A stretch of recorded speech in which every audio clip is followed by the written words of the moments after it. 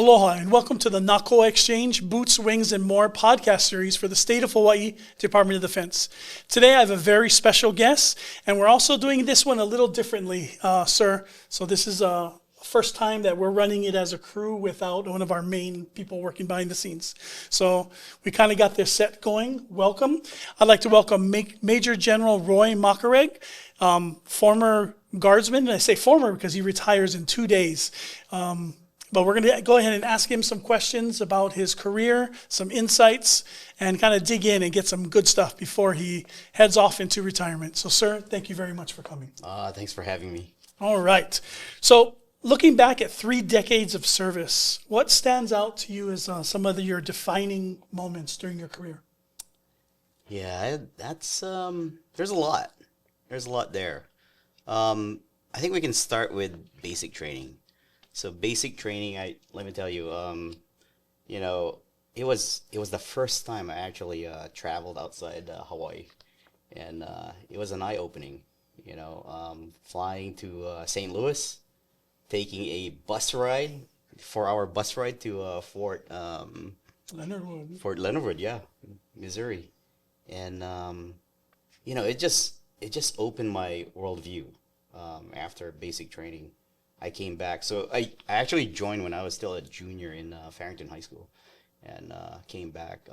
This whole new perspective of the world. What made you join as a junior?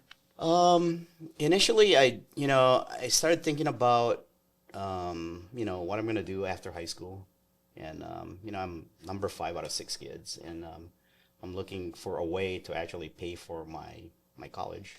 Planning to go to University of Hawaii, and I knew my parents, by the time they get to me, they actually didn't have the resources to actually support me. So thinking ahead, primary reason was to pay for college. And my family is a family of, military service. My brother was actually active duty Army when I joined. My brother was also active duty Air Force, who eventually actually came back, and they both retired out of the Hawaii National Guard. Yeah, Hawaii Air National Guard. Hawaii Air National Guard. No, That's right. no, they got a great program on that side, and a lot of people go from blue to green, green to blue. So would you say your family was a heavy influence on making that decision, or was it more school-based, or a combination of both? It was a combination. We're a family that served. My uncle served, World War II, Vietnam. He was in the Navy. My cousin was also was in the Army. He went to Vietnam veteran. So we got service in our blood and family. A lot of stories there. Now, you began your career in 1990. That's when you went to basic training, and then you joined. Then you went off and went to the Hawaii Military Academy Officer Candidate School 6 years later. How did both of those instances kind of shape or guide you the rest of the way? Yeah, when I first joined, initially I said, okay, 6 years, I'm out. Of course, along the way, as you go through your career, you actually meet, a lot of people.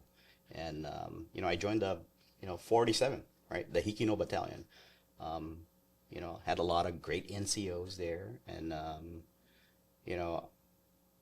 getting to my ETS date, right, a year prior, I talked to then Command Sergeant Major Inouye, and we had multiple conversation about, okay, so what's next. I was dead set on getting out of the Army, and he convinced me. He actually, I think, put the packet together for me. And did you already go to school, or you were in school at the time? I was still going through UH at the same time. I had the appropriate number of credits, and went through OCS, going through UH at the same time. And I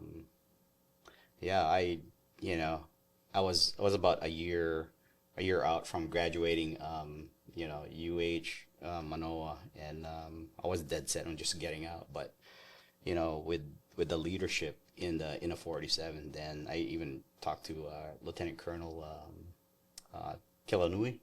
he was the battalion commander, and he goes, "No, Roy, you should continue. You have a great future in the Army and Army National Guard." And I think that's what makes a difference, in anybody's life or career. It's the people that actually see something in you that And you. they have an interest in what you're doing and Yes. provide choices. Yes. I mean, it ultimately comes down to you. So they laid out options. And if they didn't do that, you would have been, I would have been doing something you're else. out. Yeah. And then how did OCS, when you took that officer level in 96, how did that help? Yeah, What was that like? that that kind of add on to I guess my progression in terms of my style in leadership. I go back though, like maybe 3 years before OCS. One of the most impactful courses was the when I attended PLDC in Camp Williams, Utah. As an enlisted. As enlisted. So I went there. It's your first, professional military education as a leader, and a lot of the concepts that I actually learned there, I carried through my entire career. And one concept was, they call it 3 M's. It's mission, men, myself. And it kind of, morph and, kind of like develop. And then along the way, I kind of refined it to my own. And now, we can talk a little bit more about that later. Okay. Yeah. Okay. Now, you've had leadership positions both in Hawaii and at the national level. How did your perspective shift when you moved from the tactical field commands and being in the Hawaii Guard up to the Pentagon and NGB? I had the opportunity to actually make that change 7 times. Yeah, 7 times. I counted, how many times I went back and forth between Hawaii and the National Guard Bureau and the Pentagon and Department of DA. It was, big shifts, right? So, when you're coming from Hawaii, then going to the national level at National Guard Bureau, it's a totally different environment. The culture is, totally different. The tempo of the work is totally different. You go from tactical to strategic. In DC, you're running about 200 miles per hour, right? You come back here, DC, people think in minutes and seconds. Here it's, you have a little bit more time in terms of, looking forward and ahead. But I'll tell you though, it's, I did it 7 times and it was actually incremental, right? So, I went to NGB when I was a lieutenant. Then I came back as a captain during the first deployment for the brigade, OIF 3. Went back again, came back for battalion command. And each time I switch, that experience actually just carried through. So by the time I got to be a general officer, coming back from, brigade command after the Kosovo deployment, back to be the Army Guard G4 and G9, then eventually be the G1. The culmination of all the experience kind of just, gave me all the tools I needed to lead, just huge organizations. Sounds like a perfect balance. You came back and it's changes in ranks. The timing just really worked out for you. Was there anything that you took from Hawaii every time you went up there, and anything you took from DC coming back home? Yeah. I've been doing a lot of reflection on it. And yes, every time I came back, it's, whenever I came back from, Washington, D.C. to Hawaii, the big key takeaways every time I come back was, that connection with soldiers, and just, with the people who are actually, doing the work on the ground. And then when I return to, the Pentagon or the National Guard Bureau, I bring that perspective back. So that when we actually, start developing policies, that impacts units and impacts, the Army organizations, I always had that perspective, and it truly grounds me, and I think it truly balanced me, as you said. So. I think, yeah, that experience really helped shape officers. And I know yourself and other officers that went up there have always told people in Hawaii, don't just stay in Hawaii. If you have the opportunity, go. Is that something you would share? Yeah, I absolutely would tell people, if you have the opportunity to actually, do a tour in the National Guard Bureau or the Pentagon itself, Department of the Army or Department of, War,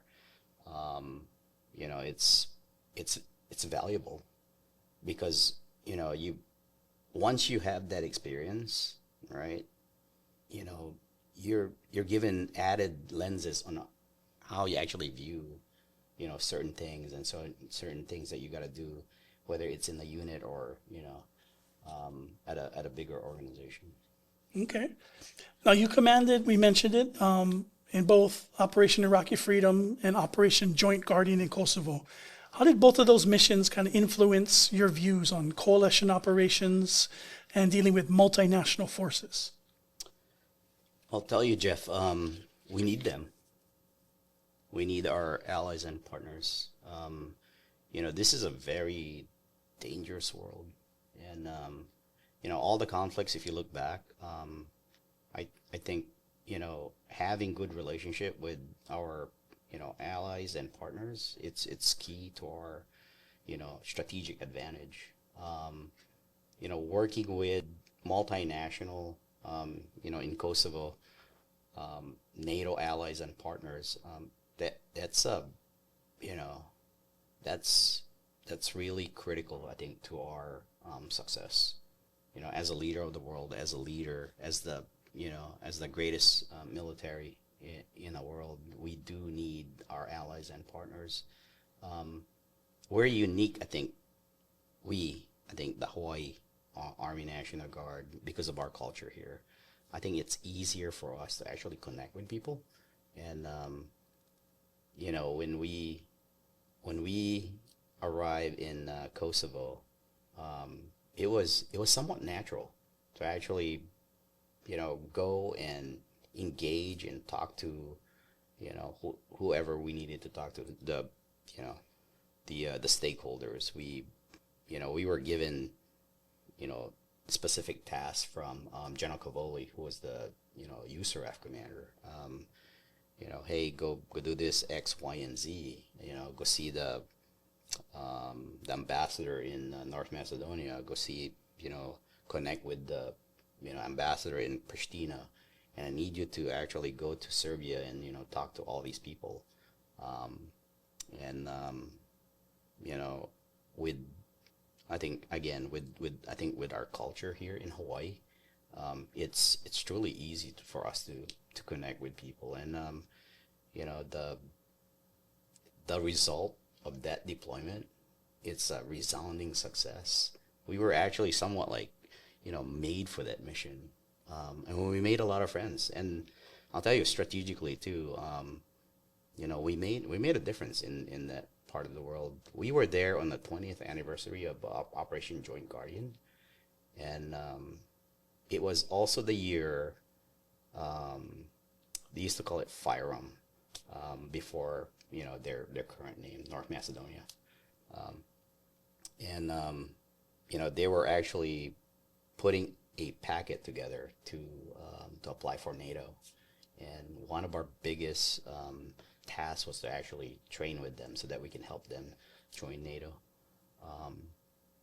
We did all that, and it was a lot of work, but it was very satisfying, because I tell you, after we came back a year later, I was driving to work, in a Pentagon, and I heard on the radio that North Macedonia got access into NATO, and it gave me I kind of smiled and chuckled, like, wow. Yeah, there's a corridor in the Pentagon where, they have it's the NATO corridor. They have the flags, and every time I walk down that corridor, and I see the North Macedonian flag, I'm like, I helped with I that. kind of, we had a great team too for that deployment. How many people from the Hawaii National Guard went on that one? It was the headquarters, so it was over 400. Multinational, so it's the Multinational Battle Group East. We had about 1,000 total. So we had, from the NATO countries, we had, Turkish company, we had the Romanians, we had, Poland, the Italians, and it was just a, combination of a lot of, just great people. We were very, very successful because I think we created a culture there that everybody was just collaborating and just working. Yeah, we fit right in. I also assume that you guys fit right in when you took the battalion to Iraq.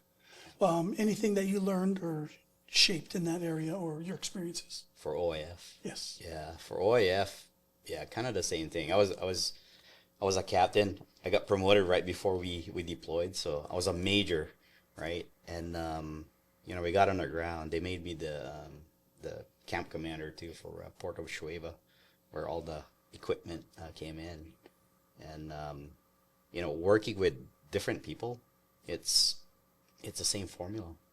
It's about people. It's about developing deep connections and relationship, and just having the trust and mutual respect with people. So it sounds like your 3Ms got applied Yes. through the deployments and later on in your career. Very applicable, in life in general.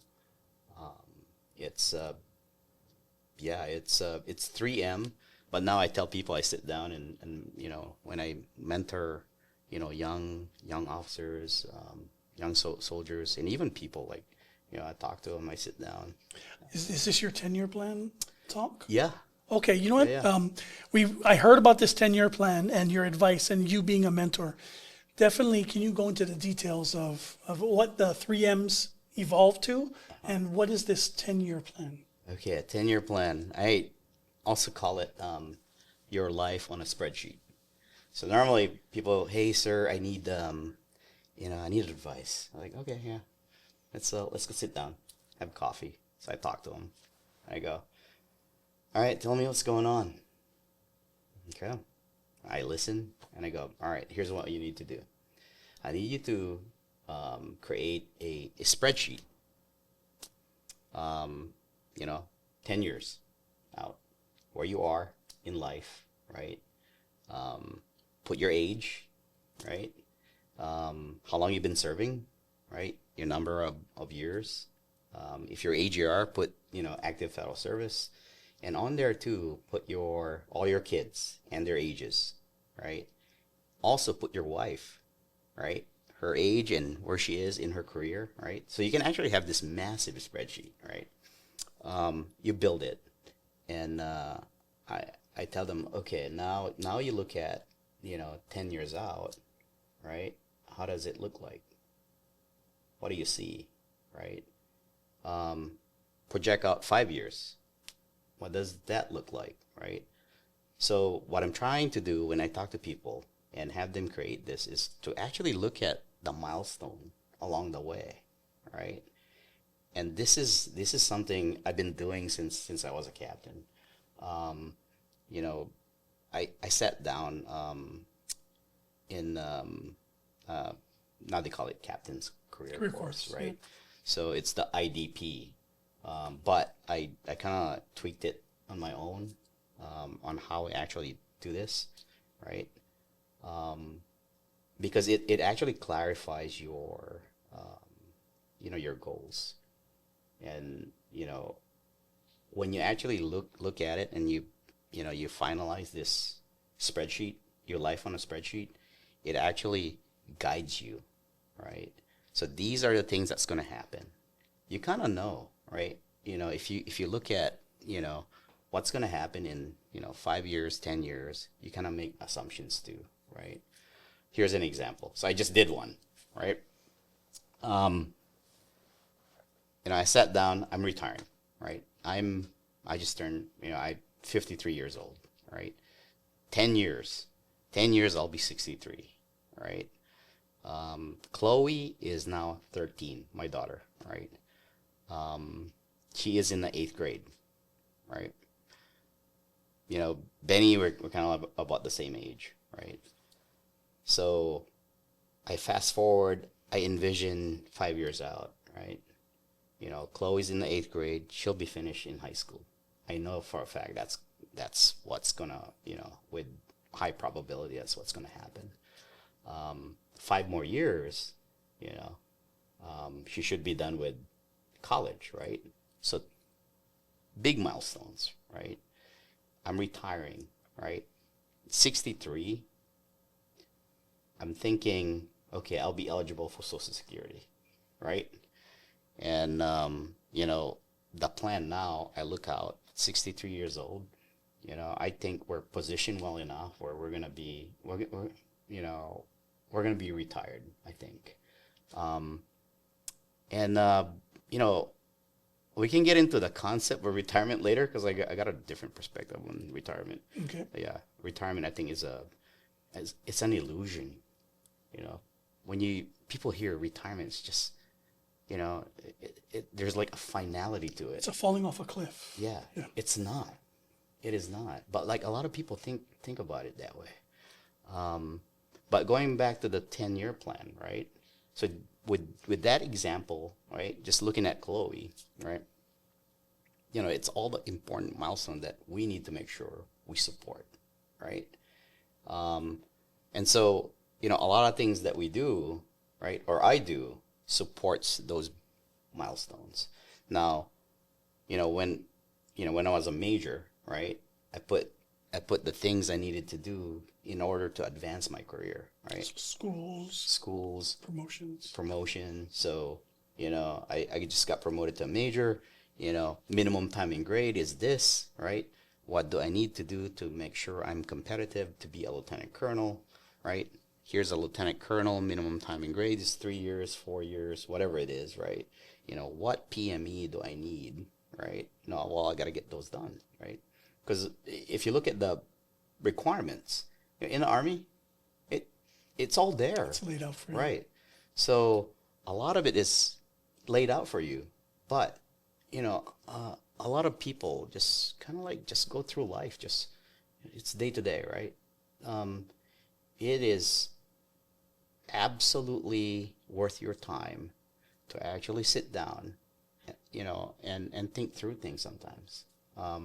And that's always a way for me, to actually put a 10-year plan together. I did one when I was like a major. There were a lot of details on that thing, right? And a lot of assumptions.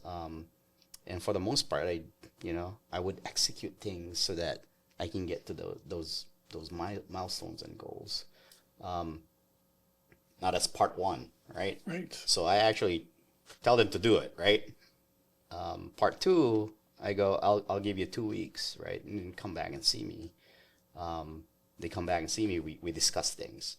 I go, all right, well, you're looking at that, right? Okay, that's a good milestone. Okay, that's not realistic, right? So, part of mentoring is like telling people what's in the realm of possibility. That's right. Right. So, it's a way to actually help people kind of, be realistic in their goals. So, yeah, that's the 10-year plan. It's I keep it, with me.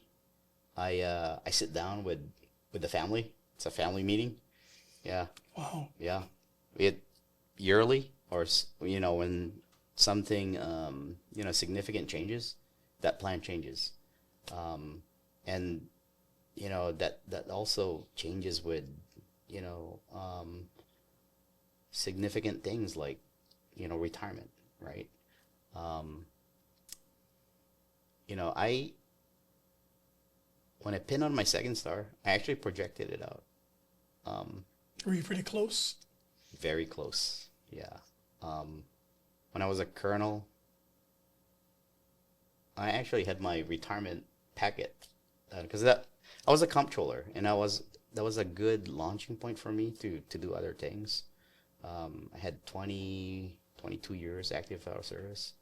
Um, you know, we I calculated where, hey, we already have passive income, right? You know, you got 22 years, you got, you know, what is that, 55% of whatever you're making, right? Hmm. And then if you get, you know, another, you know, job, you know, that would actually bring more resources for, you know, your family. Um, so you got to also put that into the equation, you know what you're doing and how, you know, you're bringing the resources in, you know, time and resources into whatever, you know, you're trying to It's achieve not as a just a family. note. It is a true guide for life. Yes, yeah, So it assists family, assists military. It's an organized way to look down and see it on paper. yes, And thought it was interesting you bring your family into it because they're, I guess, rows yes. on this spreadsheet. Because Well, it's not just you. right. It's, you know, when you're serving, the family is serving, right? And that's, you know, family is, for me, you know, family is, you know, my priority, top priority, nothing else. Did you go over any of the changes or in your life when you had options? It was a family decision. Yes, A lot of yeah, back and forth. yes. Well, coming back, right? Coming back to, you know, um, when I was a colonel, right? Coming out of the comptroller position. Um, you know, here I am, you know, pushing hard, comptroller. Got 22 years. I gotta tell you, I was tired. I was tired. And put my packet together. The plan was to actually retire. And, you know, I got a call from General Logan and had a conversation with General Hara. Which General Logan? Oh, Arthur? Joe, Stephen? Joe, Joe Arthur, Joe. Logan, Okay. right? Okay. The other Logan. And General Hara. And he goes, hey, you know, somebody told me you're retiring. It's like, yeah, yes, sir. You know, I got to do other things, and you know, I'm gonna pursue some opportunities, and I think, you know, I think it's time. And he goes, maybe not, right? You know, hey, there's gonna be, you know, an opportunity here for, you know, um, the brigade command, the 29 IBCT. And I go, okay. Um, well, he basically, you know, throw your name in there, right? So I go, okay. So I did. Um, and, you know, I was selected. I was, you know, very fortunate. I got selected. When I got selected, um, you know, I kind of like hinted to my wife that potentially, you know, we might go back to Hawaii. Um, I think she was kind of, you know, a toss up because, you know, we were on this path of retiring and doing other great things. My daughter was 5 years old, and so I got selected. Went home, had a family meeting. That's right. Um, we talked it through, and I always ask three questions. You know, through this conversation. Um, you know, is it good for my career, right? Being a BCT commander. Yeah, absolutely, right. Is it good for the organization? Yeah. Yes, I would actually, you know, do my best and, you know, make a difference, you know, in the organization. But I think more importantly, the question is it good for the family, right? That was the question. Now, if I had all yes in those three questions, yeah, it's a resounding yes, right? Um, the family question, you know, is it good for the family? That was kind of a conversation because I would retire and, you know, do other things, and, you know, I would we would do well. But one of the the key things that we looked at was Chloe was 5 years old, and we wanted her to have a stronger connection with Hawaii. And Benny's parents, my wife, they were fully retired, and my parents were fully retired, and Chloe was 5 years old, and so she was old enough to actually create memories with her grandparents, and to us that was important. Now the brigade deployed 2013, 2014, right? So this was 2017, right? I go, oh, maybe there's a couple more years. We come back, I'll be home station command, I'll be the AO for brigade. It'll be great. It'll be great. Just enjoying Hawaii, right? I came back, and I think our deployment, warning order came in. I was like, holy Christ, they couldn't deploy the whole brigade. So you need another family meeting. Yes. Yeah, but we didn't mind because family is here in Hawaii, and yeah, we deployed, and that was 2017 and 2018. That was a very busy year. I mean, we had the Kauai floods, the volcano started erupting. There were a lot, and then we were trying to deploy all the units, including the Arizona battalion, Guam, the entire brigade, right? We were sending people to Afghanistan. We were sending people to MFO. 47 had to go, do the CRAM mission. They had to go. It was kind of like a little bit different. They had to go to Fort Sill, Oklahoma, kind of like relearn things. It was a lot. It was interesting because my wife, I came home one day and she goes, man, I thought we were going to see you more here. Like, this is worse than you being the comptroller for the Army National Guard. I'm like, yeah. Sorry, babe. Yeah, sorry. When you talked about you mentoring people, but how did mentorship on you help your career? Yeah, big, big part of it. In this business, you can't be successful alone. You got people. You will meet people along the way. I actually collect good people, right? Surround yourself with good people, and I put them in this thing called the golden sphere, right? Put them all here. The circle of trust. Circle of trust, Yes. golden sphere. No, well, I believe I can. Like, this is my belief. I think I can learn from anybody, right? Everybody has something to offer, right? So it didn't matter if they were my superiors or, they were subordinates or my peers. Like, you can always learn from somebody. Just be humble, right? I think, when you surround yourself with good people, you can't go wrong. You just can't go wrong with all the support. When you develop like deep relationship, right? You build trust, right? And trust comes respect, right? Mutual respect. With those two, it becomes loyalty, right? You're loyal to them, they're loyal to you, and they help you become successful. And a lot of great mentors along the way. Even some of the lower enlisted guys, like, in a way they mentored me, right?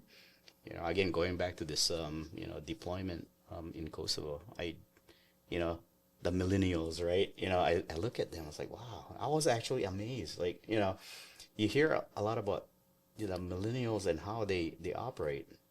I'll tell you, I'm encouraged for the future. A lot of bright people out there, different, right? But then again, each generation is different, right? But yeah, mentorship, I think, goes both ways. Yeah, it was a very big part of success. Definitely sounds like it. Yeah. So we talked about you being from Hawaii and how it helped you in different situations, but you're also a Tagalog speaker. And so how did that background influence your ability to connect with other soldiers and people? Yeah, growing up in Hawaii, you're taught, about, the ohana, right? And that culture, just respecting people, be respectful, respect your elders, the basic things, right? You know that that alone, I think, actually growing up that way enabled me to be, successful as a leader, because I go back to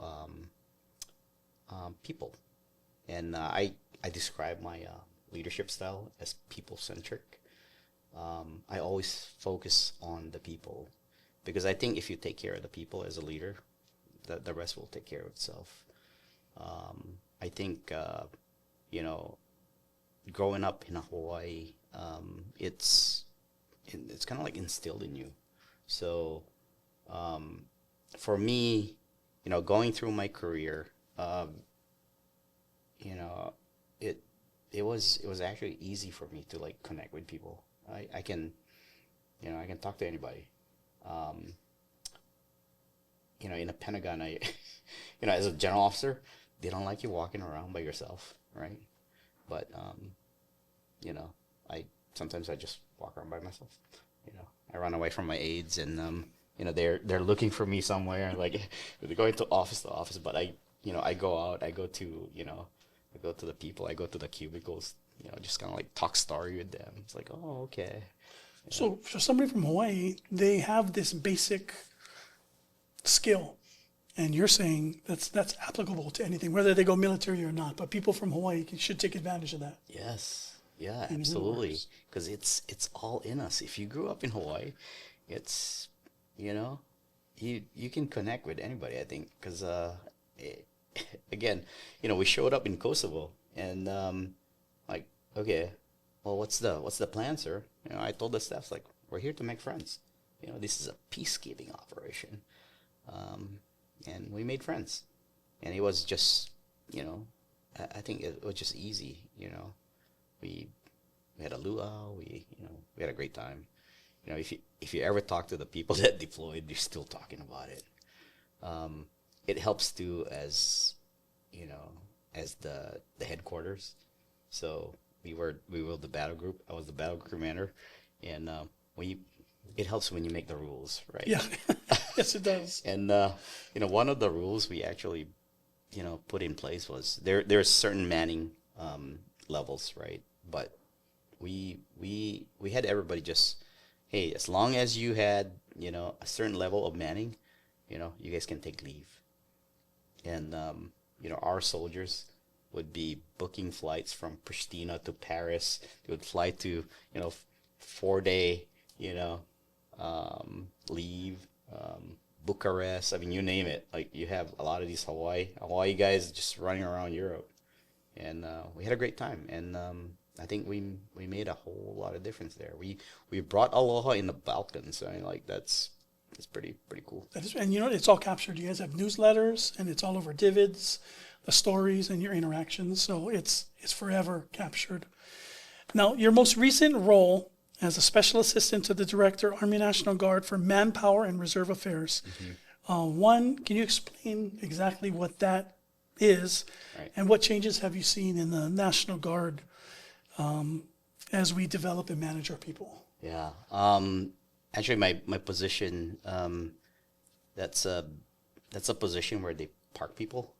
I actually served in the Army Secretariat, so I'm the senior military advisor for the Assistant Secretary of the Army, Manpower Reserve Affairs.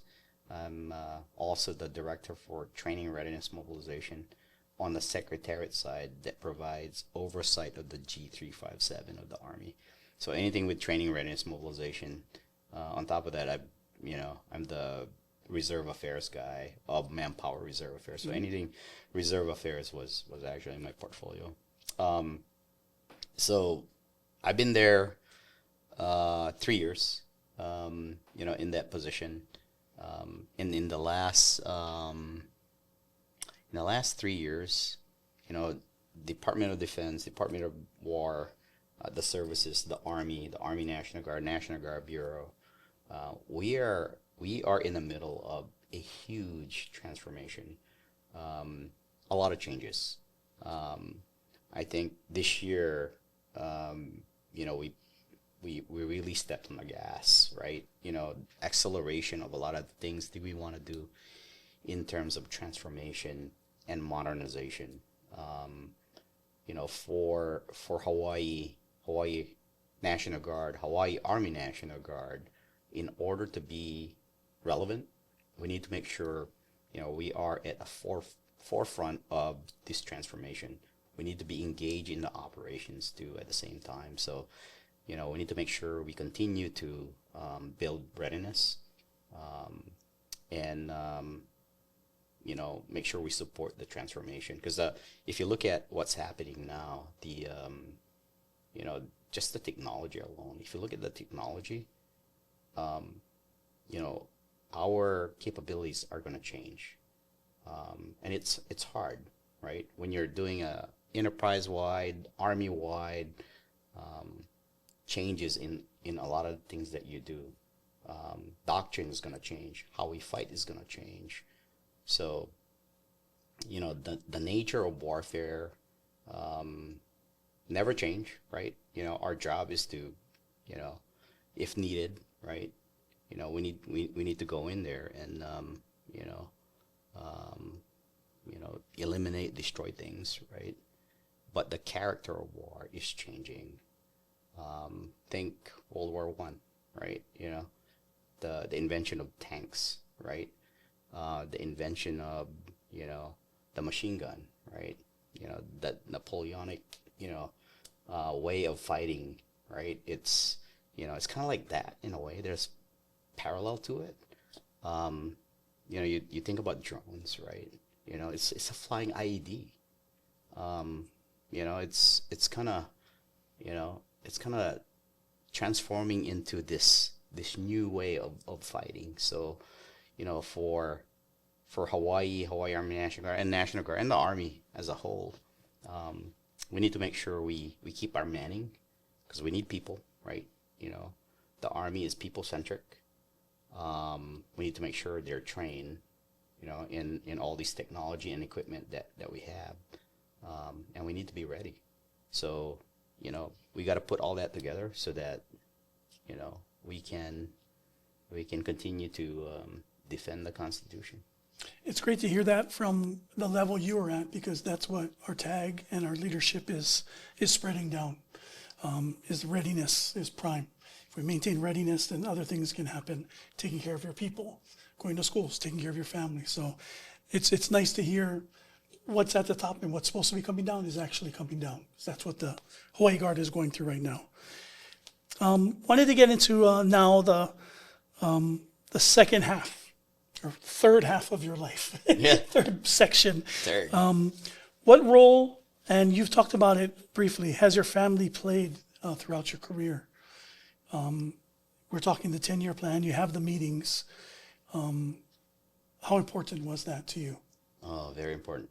They are the purpose of my life. Everything I do is for the family. Top priority is always family. Serving in the Army, sometimes the priorities kind of conflict, because you gotta be out there. And I meant what I said earlier. As a service member, as a soldier, serving, it's not just you serving, it's your entire family that's serving. And my family, my wife, Benny, she makes it easy for me to do the things I need to do. I mean, I don't think I could have done what I did in my career without her. and she's been there since the beginning. Yeah, basic training. Um, she wrote me a letter every day, Oh my goodness. every single day. So every single day in basic training, I had a letter. I paid for it though. Did a lot of You do push-ups. push-ups for each letter. That's right. That's right. As you step into retirement now, and you've mentioned it, but you didn't mention what's going to happen for you.